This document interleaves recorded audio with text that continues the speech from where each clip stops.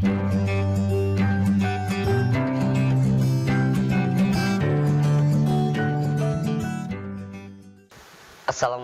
warahmatullahi wabarakatuh.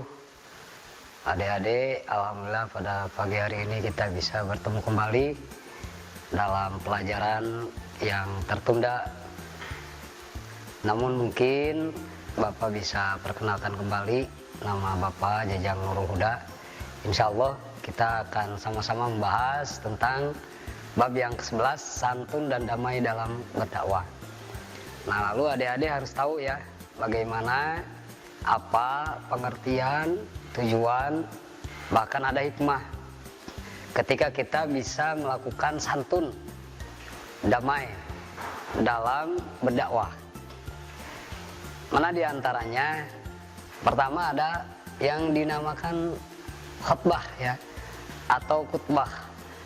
Nah, tahukah adik-adik yang dinamakan khutbah? Ada pengertiannya.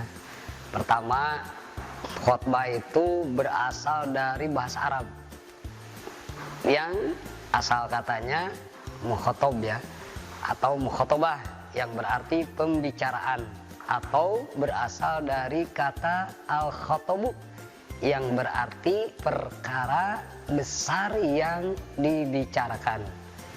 Itulah yang dinamakan pengertian khutbah. Kemudian ada syarat-syarat yang harus kita pahami.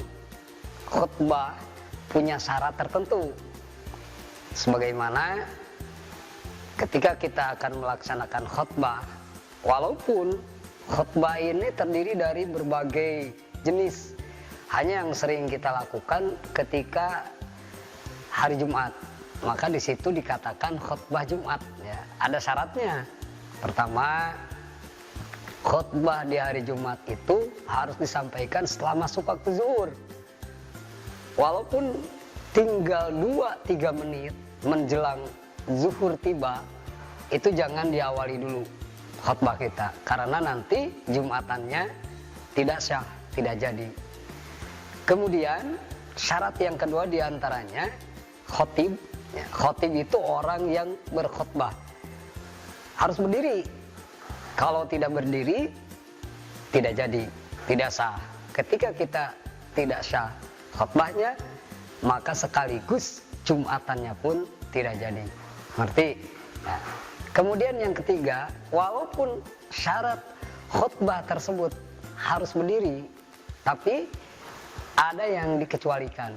Kecuali ketika khutbah yang pertama selesai, akan menjelang khutbah yang kedua, di situ disyaratkan harus duduk terlebih dahulu. Maka duduk di antara khutbah yang pertama dan khutbah yang kedua, hukumnya harus, kalau tidak ada dilakukan duduk terlebih dahulu, akan melakukan khutbah yang kedua, maka khutbahnya tidak jadi. Lalu apalagi yang disyaratkan dalam khutbah? Suara khotib harus jelas, harus dapat didengar, harus dapat dicerna oleh para mustami, atau yang dinamakan orang-orang yang mengikuti Jumatan di masjid tersebut. Kemudian yang terakhir harus tertib. Jangan khutbah kedua dulu baru khutbah yang pertama, tapi diawali dari khutbah yang pertama kemudian khutbah yang kedua. Itulah diantaranya. Nah, selain syarat ada juga rukun. Nah, adik-adik harus tahu nih rukun khutbah. Pertama, membaca basmalah. Kedua, membaca syahadat. Ketiga, membaca sholawat kepada Nabi Muhammad SAW. Keempat, berwasiat kepada jamaah yang berada di dalam masjid tersebut, dan diutamakan wasiatnya mengajak untuk meningkatkan iman dan takwa beribadah kepada Allah Subhanahu wa taala. Kemudian di antara yang termasuk rukun khutbah tersebut harus membaca ayat Al-Qur'an. Apalagi yang terakhir, kita harus berdoa. Ketika kita mengakhiri khutbah yang pertama atau khutbah yang kedua, di situ kita harus berdoa, membaca doa. Kemudian ada lagi yang dinamakan sunnahnya. Ketika khutbah, seorang khatib disunnahkan disampaikan di tempat yang lebih tinggi atau di atas mimbar. Walaupun ketika kita punya acara yang lain, khutbahnya khutbah pernikahan, itu bisa dilakukan dengan cara duduk, tidak apa-apa walaupun tidak berdiri, walaupun tidak di tempat yang lebih tinggi. Namun ketika kita khutbah dalam khutbah Jum'ah, khutbah sholat istisqa, khutbah sholat Aid, di situ kita harus memilih tempat yang lebih tinggi. Nah, itu sunnah hukumnya. Kemudian apalagi yang disunahkan? Khutbah itu disampaikan dengan kalimat-kalimat yang jelas, sistematis, gitu ya, yang sistematis. Situasi dan kondisinya harus dengan keadaan yang kondusif. Jadi beda, nanti ada yang dinamakan ceramah atau dalam istilah bahasa yang lebih populer lagi disebutkan da'i, ya, seorang pendakwah. Ada yang dinamakan khutbah, ada dinamakan dakwah, ada yang dinamakan tabligh. Nah, beda. Kalau khutbah Jum'ah harus disampaikan dengan sepenuhnya, semuanya yang mengikuti dalam peserta Jum'ah tersebut harus bisa menyimak apa yang disampaikan oleh seorang khatib. Nah, kemudian sunnah ketika kita melaksanakan khutbah, dalam penyampaian khutbah tersebut si khatib, orang yang berkhutbah, yaitu memperpendek khutbah. Nah, ini sering terjadi ya, ketika ada khutbah di masjid, desa mana, kampung mana, kecamatan mana misalkan, khutbahnya lama kelamaan, akhirnya mustameknya pada tidur, pada ngantuk. Nah, makanya dalam khutbah tersebut sunnah itu pendek, jangan panjang-panjang, jangan lama-lama. Nah, karena ditakutkan nanti pada tidur, tidak mendengarkan yang sedang khutbah, itu diantaranya. Ada lagi yang disunahkan ketika seorang khatib sedang melaksanakan khutbah, yaitu membaca surah Al-Ikhlas di antara duduk antara khutbah pertama dan khutbah kedua. Di situ disunahkan. Jadi kalau dalam penjelasan yang lain di sana disampaikan termasuk pada saatul ijabah, waktu yang dimana waktu tersebut ketika kita berdoa, insya Allah doanya akan dijabah, akan terkabulkan. Kemudian di antara yang termasuk dalam sunnah sebagai khatib, orang yang berkhutbah, khatib hendaklah menertibkan ya rukun-rukun khutbah, dimulai dari membaca hamdalah, kemudian membaca sholawat, kemudian berwasiat, kemudian membaca ayat Quran, dan diakhiri dengan berdoa untuk mukminin mukminat, muslimin muslimat. Nah, jadi ada rukun, ada syarat. Nah, udah ya, rukunnya tahu, syaratnya tahu. Ada lagi yang dinamakan adab ya, atau tata cara bagaimana seorang mukmin, seorang ahli Jumat melaksanakan Jumatan tersebut dengan memakai sopan santun. Mana diantaranya? Mulai dari berangkat ke masjid ya, itu lebih awal, lebih baik. Orang yang berangkatnya lebih awal, pahalanya itu lebih besar. Kemudian yang kedua, isi dulu saf yang paling depan. Yang paling depan dulu, kemudian kalau ada yang kosong, kita masuk. Kemudian memperbanyak zikir.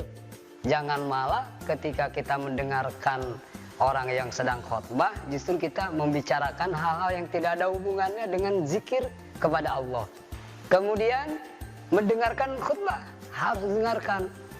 Jangan ketika khatib berkhutbah di mimbar, kita malah ngobrolin yang lain. Kita malah ngantuk, tiduran, rebahan, apalagi itu. Bukan hanya sekedar melecehkan masalah kehormatannya, melainkan justru mungkin ibadah Jumatnya tidak jadi. Sebagaimana sabda Rasulullah SAW, "Iza qulta li shahibika yaumal jum'ah ansit wal imamu yaktubu faqad lagut." Ketika engkau sedang ada di dalam Jumatan, kemudian engkau berbicara kepada temanmu, diam.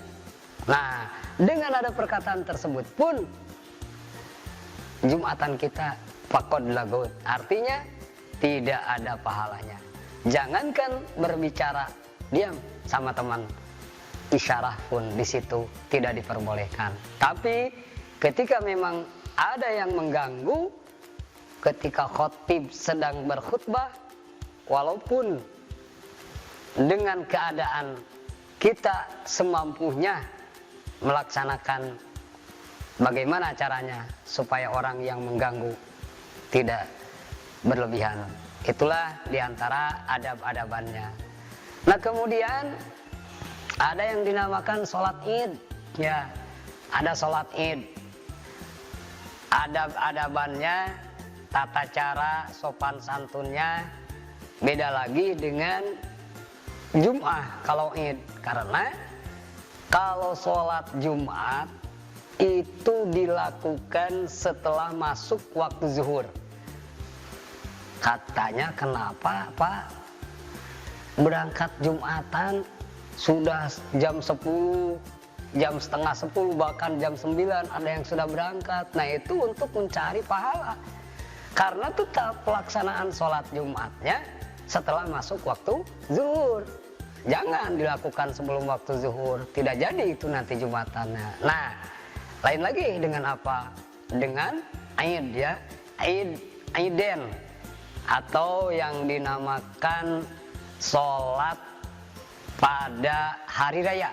Nah, ada hari raya Idul Adha, ada hari raya Idul Fitri. Kapan waktunya? Yaitu dari matahari setinggi 1 tombak sampai waktu zawal, ya, matahari bergeser ke arah barat. Kemudian jika tidak ada halangan, tempat pelaksanaan sholat lebih utama berada di tanah yang sangat lebar, di lapangan, apalagi kalau di masjid. Hanya kalau misalkan masjidnya kecil, tidak muat, terlalu padat, boleh dilaksanakan di tempat di lapangan. Kemudian disunahkan mandi sebelum berangkat dan memakai pakaian yang paling bagus. Ya, paling bagus. Apalagi yang disunahkan? Disunahkan untuk makan terlebih dahulu sebelum sholat id. Nanti takutnya ketika kita sholat, kita lapar. Jadi ingat makan, bukan ingat kepada Allah. Dan yang terakhir, memperbanyak bacaan takbir, ya, saat menuju tempat sholat. Setelah kita berada di tempatnya, perbanyak Allahu Akbar, Allahu Akbar, Allahu Akbar, la ilaha illallah, wallahu akbar, Allahu Akbar, walillahil hamd. Ya, udah biasa kan? Adik-adik takbir Idul Fitri, Idul Adha, ayo bertakbir. Kita mengagung-agungkan nama Allah, ya. Ada juga yang dinamakan praktek. Bagaimana sih praktek khotbah? Udah ada di sini yang pernah? Udah belum? Oh, belum. Ya. Jadi kita kalau Jumatan, kemudian Bapak khotib sedang khotbah, perhatikan bagaimana prakteknya. Nah, diantaranya berdiri di mimbar, kemudian ucapkan salam, lalu duduk tatkala dikumandangkan azan. Nah, jadi masuk ke mimbar, berdiri di mimbar, baca salam. Setelah baca salam mungkin nanti ada murokek, ya, atau muazin melaksanakan azan. Nah, ketika azan si khatib tetap duduklah terlebih dahulu. Kemudian selesai azan, khatib berdiri kembali, bacalah rangkaian rukun khutbah. Tidak usah salam lagi, langsung saja alhamdulillah, salatu wassalamu ala rasulillah wa ala alihi washabihi wa mawala. Allahumma sholli ala sayyidina Muhammad wa ala ali sayyidina Muhammad. Fa ya ibadallah ittaqullaha haqqa taqwa wa la tamutunna illa wa antum muslimun. Faqala Allah Ta'ala fi kitabihil karim, a'udzubillahi minasyaitonir rajim, wa'tasimu bihablillahi jami'a ila akhiril ayat. Seperti itulah contohnya melaksanakan praktek khutbah. Kemudian memberi wasiat, hendaknya disesuaikan dengan situasi dan kondisi yang ada, yang sedang terjadi. Ya, saat memberi wasiat itu baca Al-Qur'annya, baca hadisnya, apa yang sekarang sedang terjadi. Misalkan pelegalan miras sekarang, baca ayatnya. Jangan sekarang sedang musim kemarau malah membahas masalah hujan deras. Jangan sekarang musim masalah banjir membahas masalah tidak ada apa kaitannya dengan kejadian tersebut. Jadi diusahakan dikondisikan dengan keadaan yang sedang terjadi pada saat itu, walaupun ada jeda waktu. Misalkan sekarang nih lagi musim perayaan perayaan kemerdekaan, atau misalkan perayaan Isra Mi'raj, atau perayaan dan lain-lain sebagainya. Jadi harus ada kaitan, usahakan. Dan kemudian yang terakhir ditutup khutbah yang pertama, ya. Udah sampai di situ khutbah yang pertama, kita beranjak kepada khutbah yang kedua. Mana khutbah yang kedua diantaranya? Selesai khutbah yang pertama, khotib duduk sebentar. Nah, diusahakan ketika duduk tersebut di situ ada waktu yang diijabah ketika kita berdoa. Berdoalah di situ. Waktu duduknya ukurannya lama? Enggak lama. Di situ disunahkan supaya si khotib dan mustami bisa berdoa.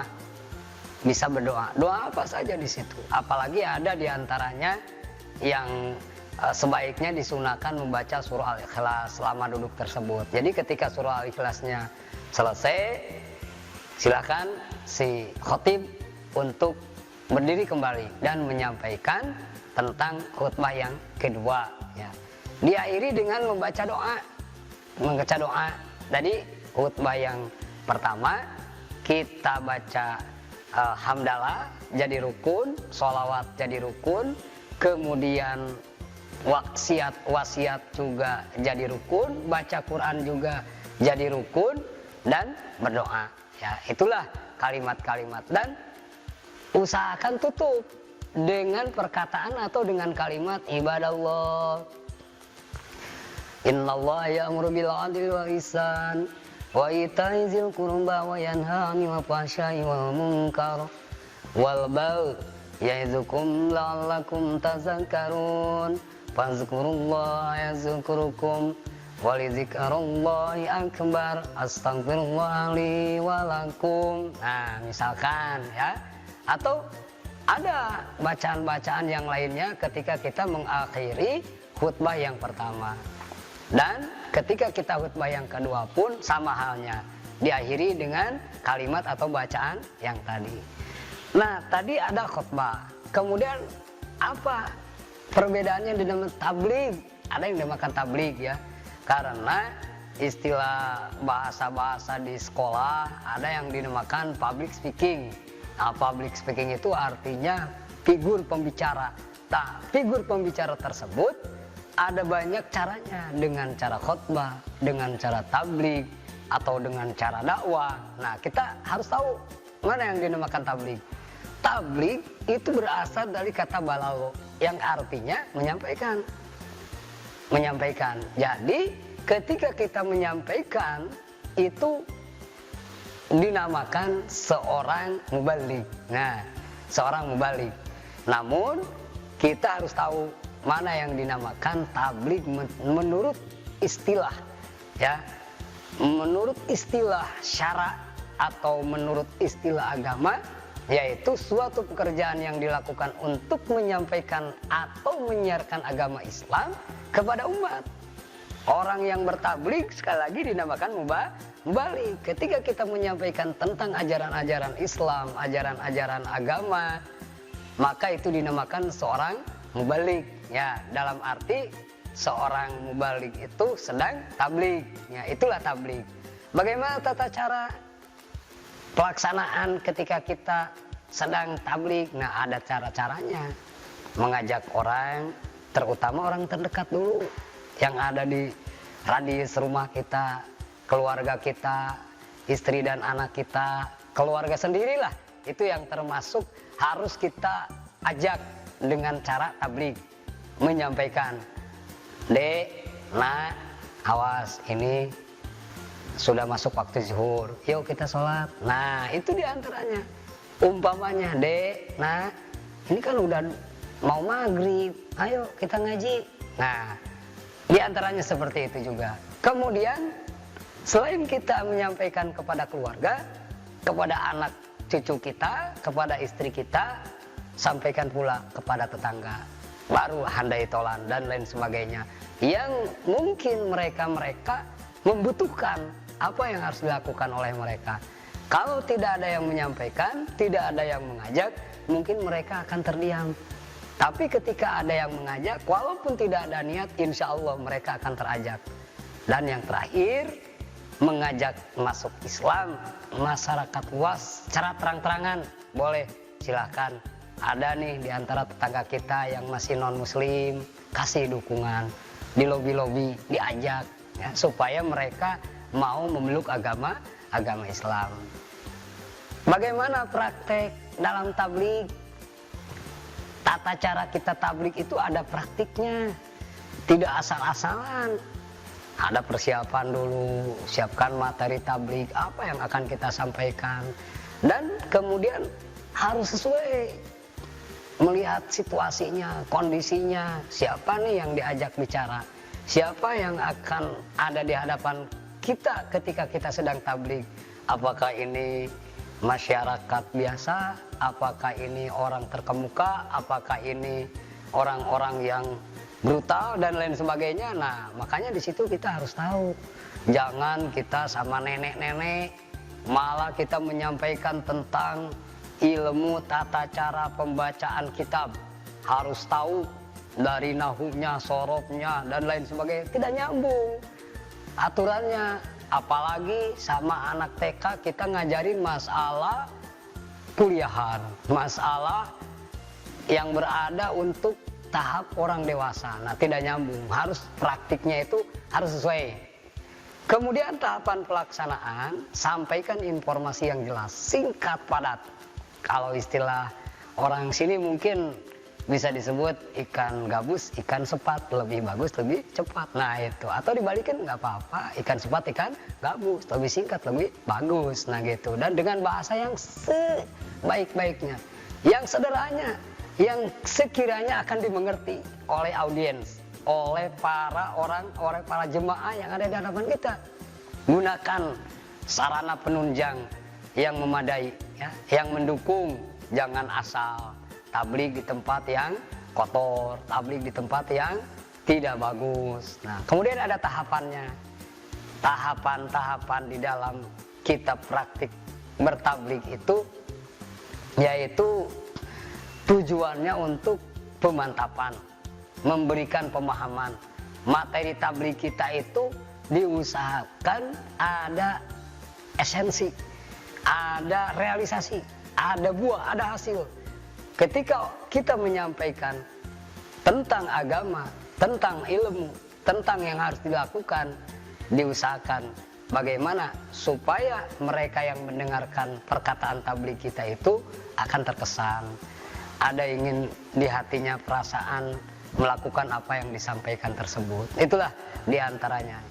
Jadi sekali lagi nih, catat ya, ada yang dinamakan apa tadi yang pertama?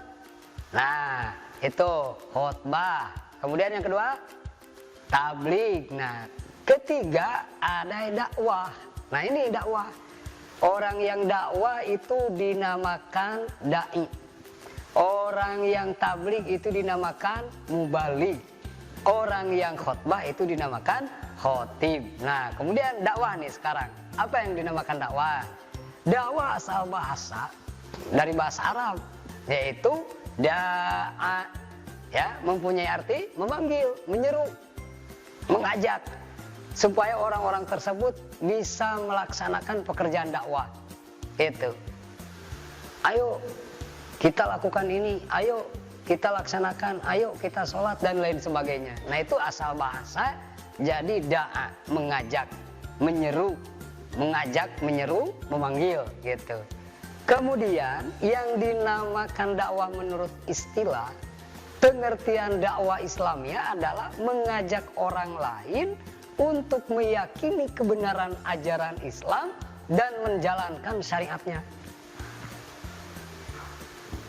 Ajak orang lain, sampaikan dengan jelas supaya mereka dapat melaksanakan ajaran agama Islam. Nah, keberhasilan dakwah sebetulnya itu sangat diperlukan, sangat diperlukan. Karena apa?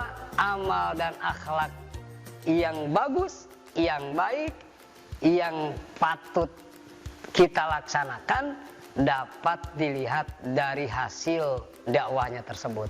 Ketika kita dakwahnya bisa detil, ketika dakwahnya bisa dapat dipahami, ketika kita dakwahnya dapat dimengerti, insya Allah hasilnya akan memuaskan. Menjadi hal yang aneh jika para dai tidak mengamalkan apa yang disampaikan dan tidak dilakukan. Sebagaimana di dalam Quran surah As-Saff ayat yang kedua dan ketiga disampaikan apa yang akan terjadi ketika seorang dai tidak mengamalkan. Kabura maqtan indallahi an taqulu ma la ta'lamun, an taqulu ma la ta'malun. Akan sangat besar di sisi Allah keburukan, siksa, dosa diperoleh oleh orang yang menyampaikan akan kebaikan tapi dia sendiri tidak melakukannya. Nah itulah diantaranya.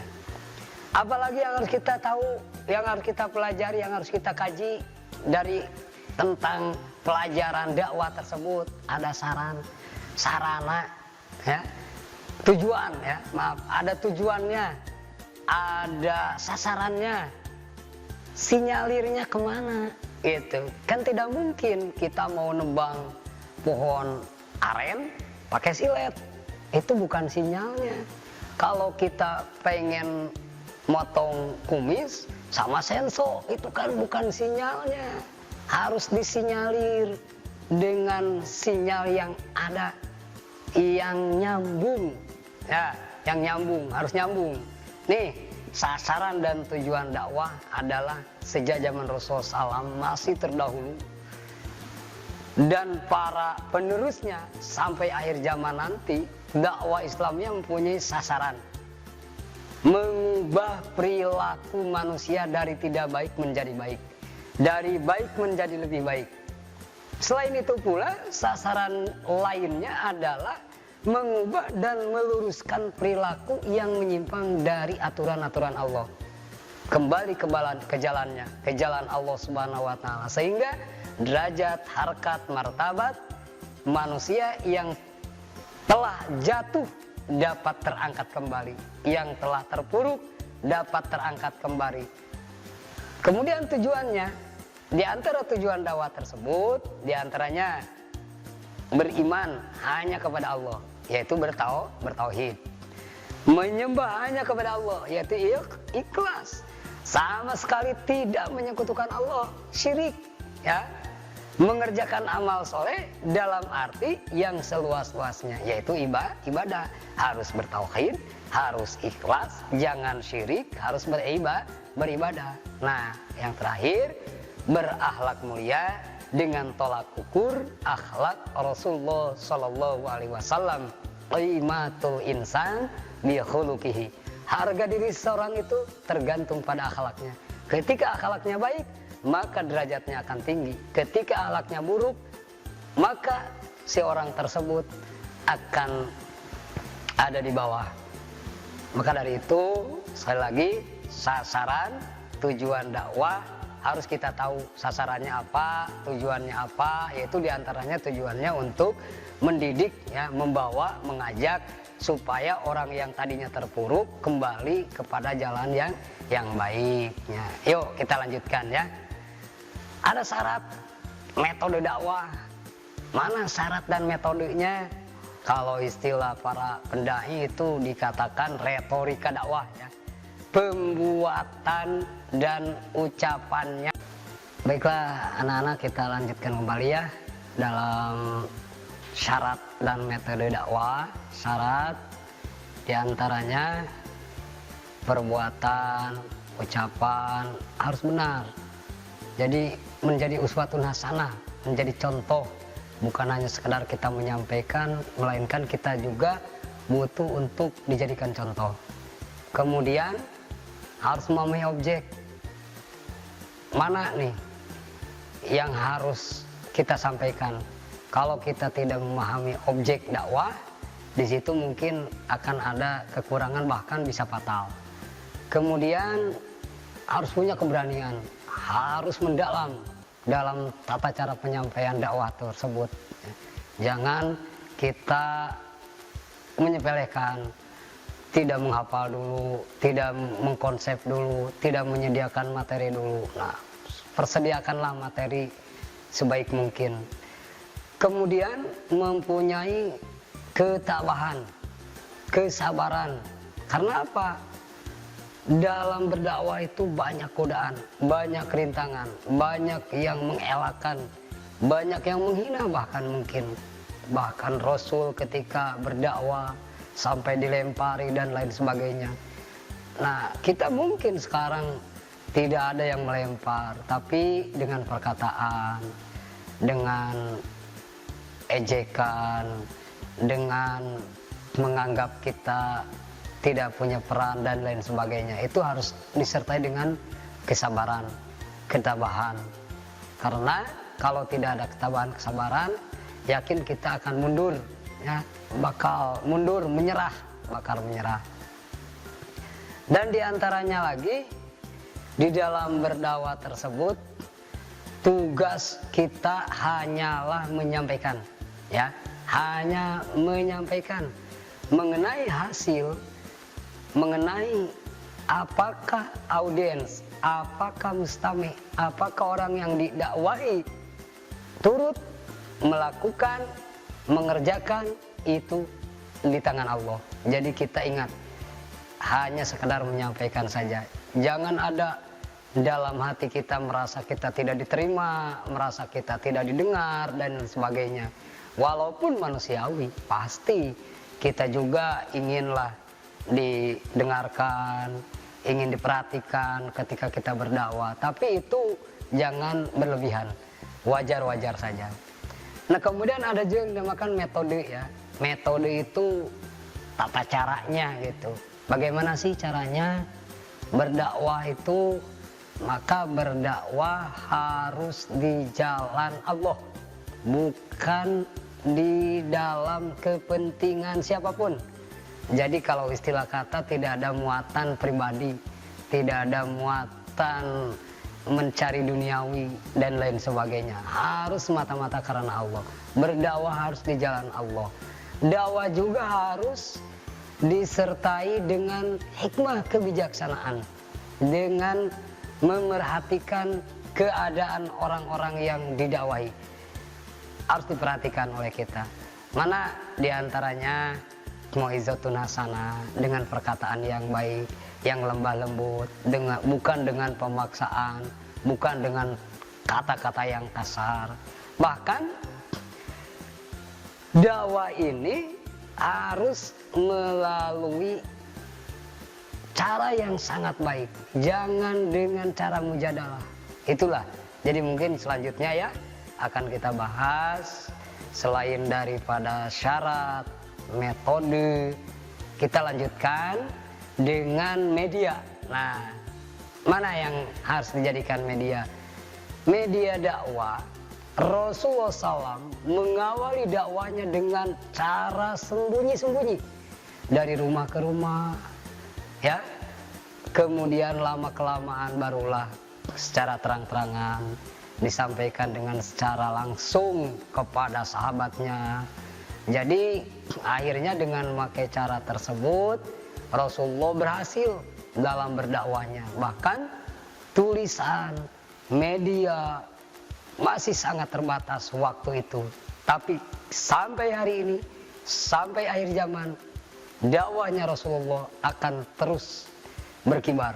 Dengan semakin majunya ilmu pengetahuan dan teknologi, media dakwah semakin lengkap, daya tariknya semakin luas. Dakwah pada masa sekarang dapat menggunakan diantaranya media elektronik, media cetak, meliputi buku-buku, surat kabar, majalah, spanduk, brosur, dan lain-lain sebagainya.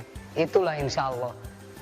Kemudian manajemen dakwah harus dimanage. Ya, kalau tidak dimanage, pasti banyak kekurangan. Mana diantaranya yang dilakukan oleh Rasulullah SAW dalam berdakwah, dimulai dari diri sendiri. Kututur kata yang sangat sopan, santun, damai, menenteramkan, dan sikap perilaku atau akhlak yang terbaik. Jangan kita berdakwah dengan bahasa yang kotor, bahasa yang jorok, bahasa yang tidak enak dirasakan oleh para audien. Jadi dengan cara kekerasan, dengan cara menakutkan, dengan cara memaksa, itu tidak baik. Ya, saat berdakwah, Rasulullah SAW menerapkan diantaranya lemah lembut dalam menjalankan dakwah, bermusyawarah dalam segala urusan, termasuk urusan dakwah pun dimusyawarahkan, menyampaikan dakwah sesuai dengan objek audien, objek dakwah, lapang dada, sabar, tekad yang sangat kuat, bertawakal, itu harus dimiliki oleh seorang dai, seorang pendakwah. Ya. Jadi selanjutnya, kalau tidak memiliki hal-hal yang Bapak sampaikan barusan, mungkin akan lelah, ya, akan lelah. Yuk lanjut ya, strategi, ya, strateginya harus bagaimana? Harus ada strategi. Pada prinsipnya, dakwah itu dapat menggunakan strategi yang beraneka ragam sesuai objek, ya. Gimana objek dakwah kita? Disitulah kita strategi melihat audiens. Berdakwah harus berpatokan pada Quran surah An-Nahl ayat 125. Di situ ada disampaikan Allah Subhanahu wa taala berfirman bahwa ketika kita berdakwah harus melakukan cara yang lemah lembut. Bagaimana kalau secara formal? Yaitu menggunakan aturan-aturan sebagai berikut. Mana diantaranya? Ada pembukaan, ya, pembukaan hamdalah dulu, muqaddimah kalau istilah para santri, ya, ada sholawat dulu kepada Nabi. Kemudian ada isi, mana isinya, maksud tujuan dakwah itu apa sih? Sasaran dakwahnya, materi dakwahnya. Nah, materi tergantung Al-Quran dan Al-Hadis. Kemudian yang terakhir harus ada penutup. Jadi jangan dakwah kita tidak ditutup, harus ditutup. Nanti akhirnya para audiens mengerti kalau kita sudah mengakhiri perkataan dari dakwah kita. Nah, kemudian antara khutbah, dakwah, mubalik, ya, diantaranya di sini ada khutbah dan dakwah, mungkin itu ada perbedaan. Ada juga persamaan. Mana perbedaan dan persamaannya? Satu, persamaan khutbah dan dakwah. Satu, sama-sama mengajak manusia untuk bertakwa kepada Allah. Itu ya, pertama, pegang. Yang kedua, mengajak manusia untuk menjalankan syariat agama Islam.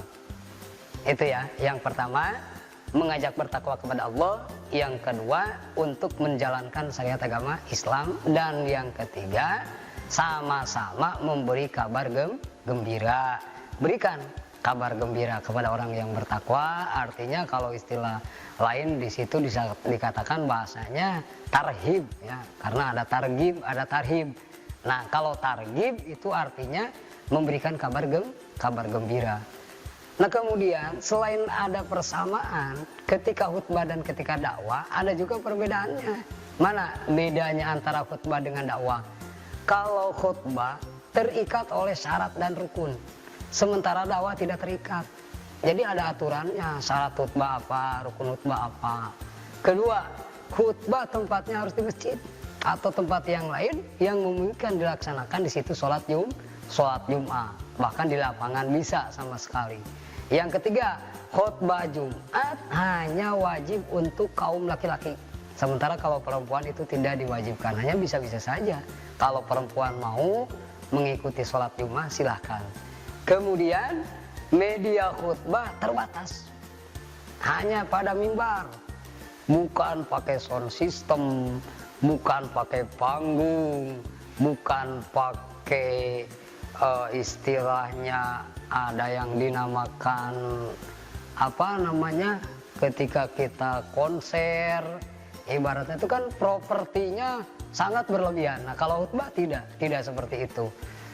Kemudian si khotib yang berkhutbah, ya khotib itu yang berkhutbah berkaitan dengan sholat Jumat harus dalam keadaan suci dari hadas, dari najis. Sementara kalau juru dakwah itu tidak disyaratkan harus suci. Walaupun seorang pendai keadaannya dia tidak punya wudhu, tidak apa-apa. Nah dari itulah kita simpulkan pembelajaran kita pada hari ini, ya. Pertama, kita tahu tentang khutbah. Yang kedua, tahu tentang tabligh. Yang ketiga, kita tahu tentang dai, ya, atau dakwah. Perbedaannya di antara khutbah, antara tabligh, antara dakwah jelas ada bedanya. Nah mungkin yang bisa disampaikan, bisa kita pelajari pada hari yang berbahagia ini dicukupkan sekian. Namun sebelum beranjak, sebelum kita tutup, Bapak di sini akan memberikan dulu tugas ya. Nanti di kerja kelompok saja, adik-adik. Kelompok 1 coba bikin selengkap-lengkapnya yang berkaitan dengan khutbah. Kelompok 2 bikin yang berkaitan dengan tabligh, dan kelompok 3 bikin yang berkaitan dengan dakwah. Nah besok ya, minggu depan tugasnya bawa. Dari Bapak dicukupkan sekian, mohon maaf atas segala kekurangan. Wassalamualaikum warahmatullahi wabarakatuh. Kunjungi sosial media lainnya seperti website kami di pkbmalfata.com, Facebook PKB Malfata Mananjaya, Instagram PKB Malfata Official. Dan terima kasih telah klik video ini. Jangan lupa like, comment, share, dan subscribe untuk menunjukkan dukungan kamu terhadap channel ini. Enjoy the video PKB Malfata.